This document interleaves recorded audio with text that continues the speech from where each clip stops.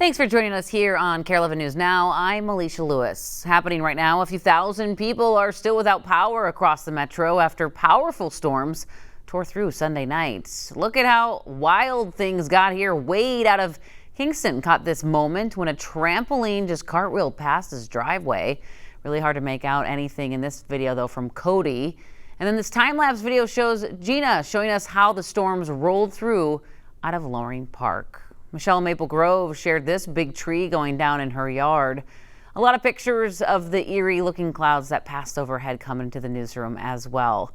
And these are from Watertown, Independence, and St. Michael as the storms moved on in to the Twin Cities Metro. And unfortunately, we're not out of the woods just yet. Our weather team is issuing a KARE 11 weather impact alert day for another round of storms that will move into Minnesota later tonight. The biggest threat for the metro will be wind damage. We're going to check in with our weather team in just a little bit. Meanwhile, we've been tracking multiple reports overnight of trees and power lines down across the metro. Strong storms here in the last 12 hours triggered tornadoes, flash flooding, and even severe thunderstorms across the state. Audrey Russo's in Minneapolis with a closer look.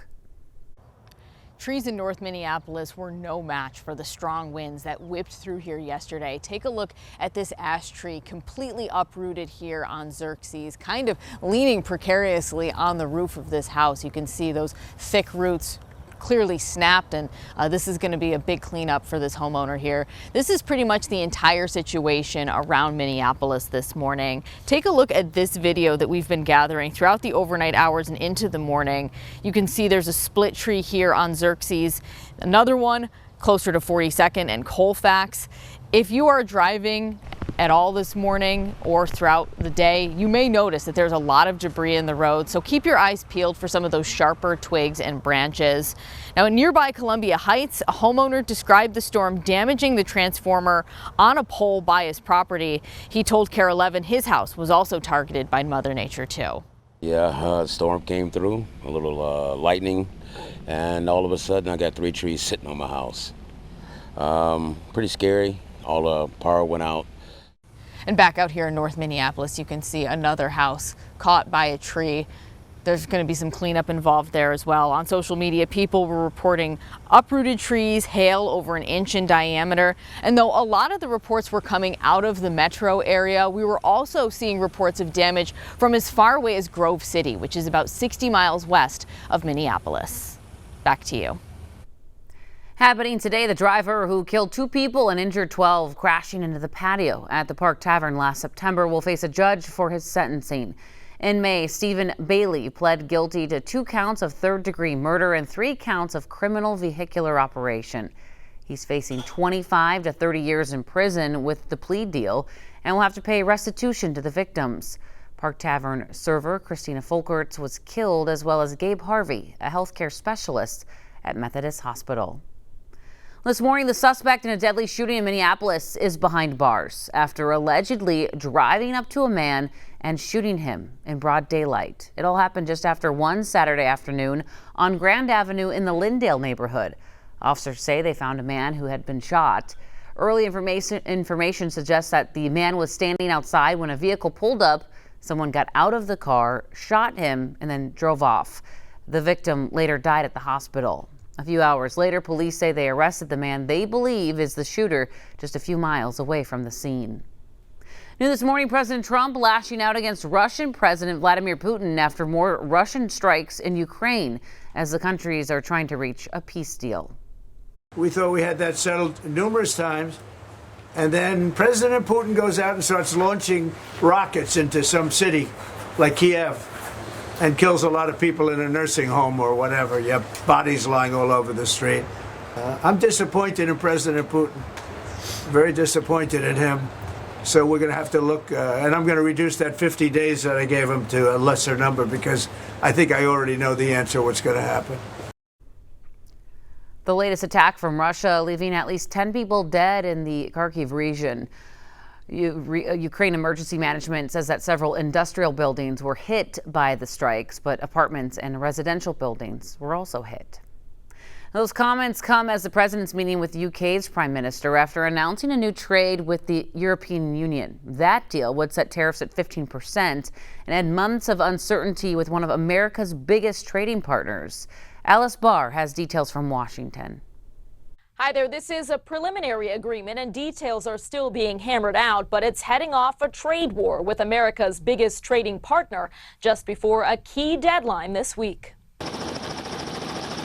After months of tense tariff threats, a highly anticipated deal between top trading partners, the United States and the 27 nations of the European Union. It's the biggest of all the deals. Thank you very much. The agreement reached at President Trump's private club in Scotland sets 15% tariffs on most European goods entering the U.S. The European Commission president emphasizing stability. It will bring predictability. That's very important for our businesses on both sides of the Atlantic. She underscored the improvement from the 30% import tax President Trump had threatened, while acknowledging it's still a real cost. 15% is not to be underestimated, but it is the best we could get.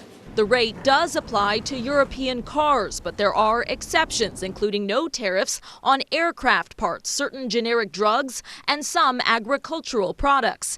As details are hammered out, no word yet on rates for in-demand European wines. President Trump says the EU will not impose tariffs on U.S. imports and will purchase $750 billion worth of American energy, while investing an additional $600 billion into the U.S. And they're agreeing to purchase a vast amount of military equipment. It comes ahead of an August 1st deadline when countries that haven't reached a deal will see higher tariffs, forcing U.S. businesses that import materials from abroad to absorb more added costs. It's a lot to shoulder for small business owners. Or pass them along to consumers. The EU agreement does not affect the 50% tariff on steel and aluminum imports into the U.S. that's now in place, though European leaders are hoping to bring that down through continued negotiations. In Washington, Alice Barr, NBC News. Developing this morning, authorities in Maple Plain are trying to figure out how a young boy drowned while on a field trip. The sheriff's office says during a supervised field trip to Baker Park, South Beach on Thursday, a teacher found the 8-year-old in about 3 feet of water. He died on Friday night. The medical examiner confirmed that the boy from Brooklyn Center died from complications due to drowning and ruled his death as an accident. The man accused of stabbing nearly a dozen people at a Michigan Walmart over the weekend could face terrorism charges. 42-year-old Bradford Gill left 11 people injured after stabbing them with a folding knife at the Traverse City Walmart on Saturday. Officials say he has a history of assault incidents and controlled substance violations. At least one citizen armed with a pistol confronted Gill and stopped him from committing further harm. The motive behind the stabbings remains unclear. We know this morning one of the victims has been released from the hospital. This morning we're hearing from passengers aboard the Boeing 737 MAX 8 that failed to take off from Denver on Saturday. 179 people were aboard the American Airlines flight when one of the wheels flew off into a nearby field. Passengers described feeling the pilot hit the brakes before being directed to evacuate down the emergency slides. Luckily, we weren't airborne yet. Otherwise, I don't know how you would land without the landing gear. And so they're rerouting us. We're going to miss out on 2 days of our trip, but at least everyone's safe. Terrifying ordeal. The airline said the tire experienced a maintenance issue before taking off. Just one passenger was taken to the hospital with a minor injury. This morning, we're working to learn the latest on a group of people that were hurt from a boat explosion along the Mississippi River. The Pierce County Sheriff's Office confirmed to us 11 people were on the boat at the time of the fire, and about half of them were taken to the hospital. We know that 11 people were reportedly on board when the explosion happened Saturday at the Miss Croy Yacht Harbor fuel dock in Prescott, Wisconsin. Half of them were taken to the hospital with varying injuries, but the extent of their injuries are unknown. This morning, witnesses and neighbors talk about the moment it all happened. When it happened, I felt like maybe somebody hit my house with a car. I did speak with the captain briefly, and he said that he had run his blowers and was trying to start, and he had a motor that was difficult trying to start, and in one of the attempts to start it is when the incident happened.